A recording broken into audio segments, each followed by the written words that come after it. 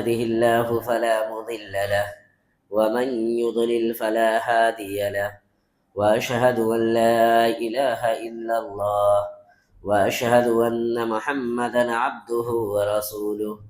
يا أيها الذين آمنوا اتقوا الله حق تقاته ولا تموتن إلا وأنتم مسلمون. يا أيها الناس اتقوا ربكم الذي خلقكم من نفس واحدة وخلق منها زوجها وبث منهما رجالا كثيرا ونساء.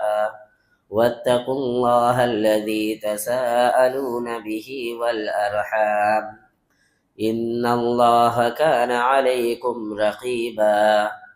يا أيها الذين آمنوا اتقوا الله وقولوا قولا سديدا يصلح لكم أعمالكم ويغفر لكم ذنوبكم ومن يطع الله ورسوله فقد فاز فوزا عظيما.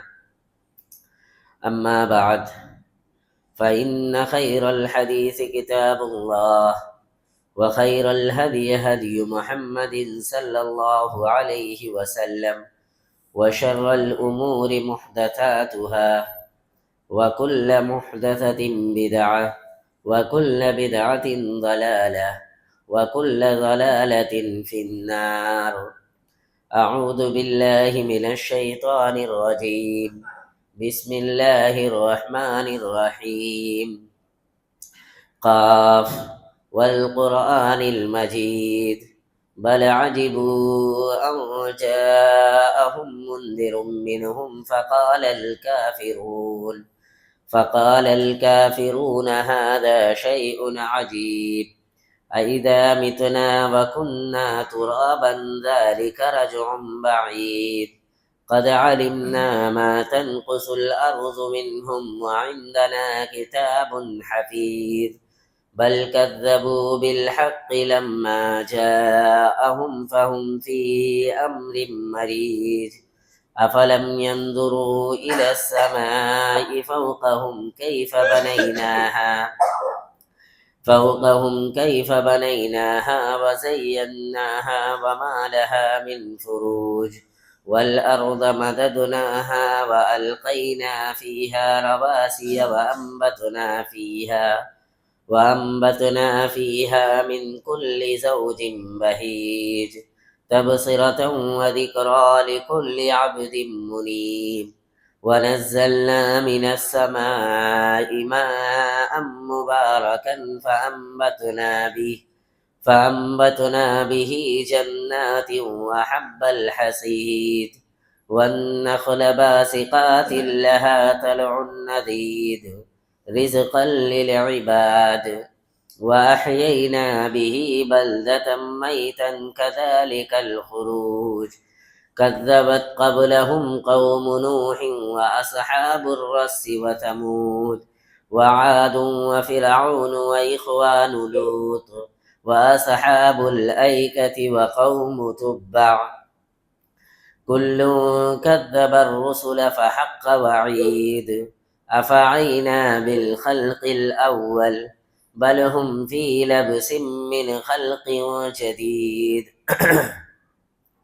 بارك الله لنا ولكم في القرآن العظيم.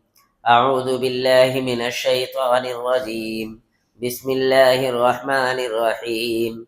واعبدوا الله ولا تشركوا به شيئا وبالوالدين إحسانا. وقال النبي صلى الله عليه وسلم لا طاعة لأحد في معصية الله إنما الطاعة في المعروف متفق علیہ. حاضرین جمعہ، تمام قسم کی تعریف و توصیف، بڑائی، بزرگی اس اللہ رب العالمین کے لیے ہے جس نے ہم تمام انسانوں کو اس دنیا فانی کے اندر پیدا فرمایا اور پیدا کرنے کے بعد ہمیں ایسے ہی لاچار، مجبور، بے بس، بھٹکتا ہوا نہیں چھوڑا، بلکہ ہماری رشد و ہدایت اور ہماری رہنمائی کے لیے بہت سارے انبیاء کرام علیہم الصلاۃ والسلام کو پیدا فرمایا تاکہ لوگوں کو غیر اللہ کی بندگی سے نکال کر ایک اللہ کی عبادت میں لگائیں۔ درود و سلام نازل ہو تمام انبیاء کرام علیہم الصلاۃ والسلام پر، خصوصاً ہمارے آخری نبی تاجدار مدنی احمد مجتبیٰ محمد الرسول اللہ صلی اللہ علیہ وسلم پر، کہ جن کے ذریعہ دین اسلام ہم اور آپ تک پہنچا۔ برادران اسلام، آج کے خطبہ جمعہ میں ماں باپ کے ساتھ حسن سلوک کے متعلق کچھ باتیں عرض کرنے کی کوشش کروں گا۔ اللہ رب العالمین سے دعا ہے کہ اللہ تعالی مجھے حق بیان کرنے اور ہم سب کو کہنے سننے سے زیادہ اس پر عمل پیرا ہونے کی توفیق عنایت فرمائے، آمین۔ ہم سب جانتے ہیں کہ اللہ رب العالمین نے ہمیں اپنی بے شمار نعمتوں سے نوازا ہے۔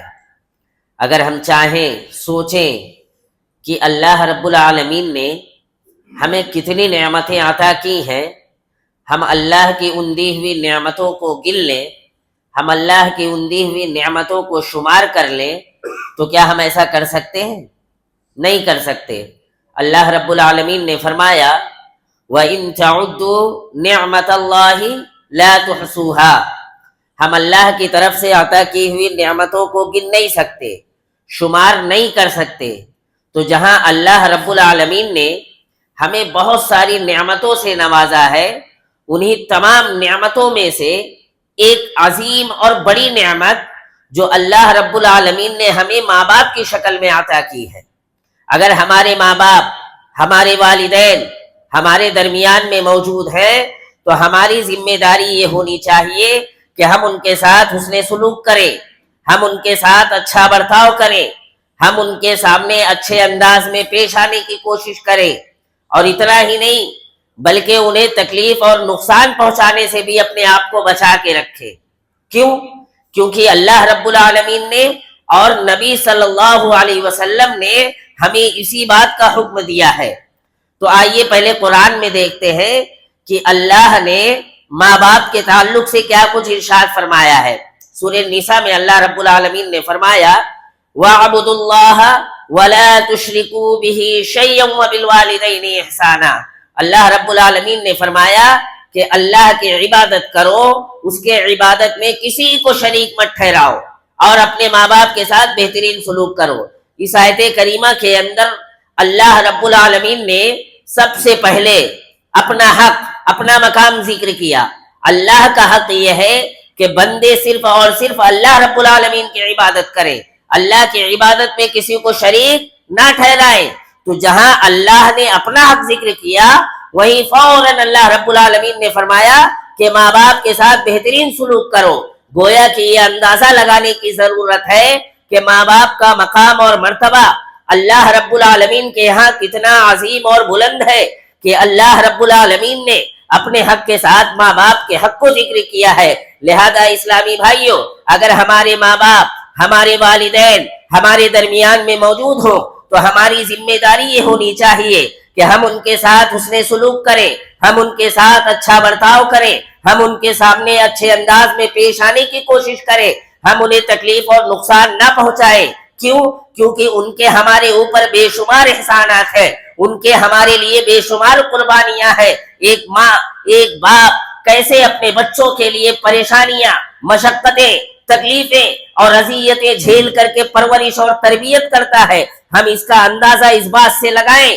ہم سب یہاں موجود بہت سارے ایسے لوگ ہوں گے جو خود صاحب اولاد ہوں گے، جن کی اپنی اولادیں ہوں گی، انہیں بخوبی اندازہ ہوگا کہ ایک انسان کے بچے کی پرورش میں، ایک انسان کے بچے کی تربیت میں، ایک انسان کے بچے کو بڑا کرنے میں کتنی محنت، کتنی مشقت، کتنی تکلیف، کتنی اذیتیں جھیلنی پڑتی ہے۔ اس بات کا اندازہ ہم سب کو بخوبی ہوگا۔ لہٰذا جب ہم جوان ہو جائیں، اپنے پیروں پر کھڑے ہو جائیں، معاشرے میں، سماج میں کوئی مقام اور رتبہ حاصل کر لیں، تو ہم جب اپنے ماں باپ کو اس حالت میں بڑھاپے کی عمر کو پائیں، بڑھاپے کی عمر میں جب ہم انہیں پائیں تو ہم اس بات کی ذمہ داری لیں کہ ہم اپنے ماں باپ کی خدمت کریں گے، ہم ان کی اطاعت کریں گے، ہم ان کی فرما برداری کریں گے، ہم ان کے ساتھ حسن سلوک کریں گے، ہم انہیں کوئی تکلیف اور پریشانی نہیں پہنچنے دیں گے۔ اس بات کی ذمہ داری اور اس بات کی گارنٹی ہم اولادوں کو لینا پڑے گا، کیونکہ ہمارے ماں باپ ہماری طرف سے دی ہوئی تکلیفوں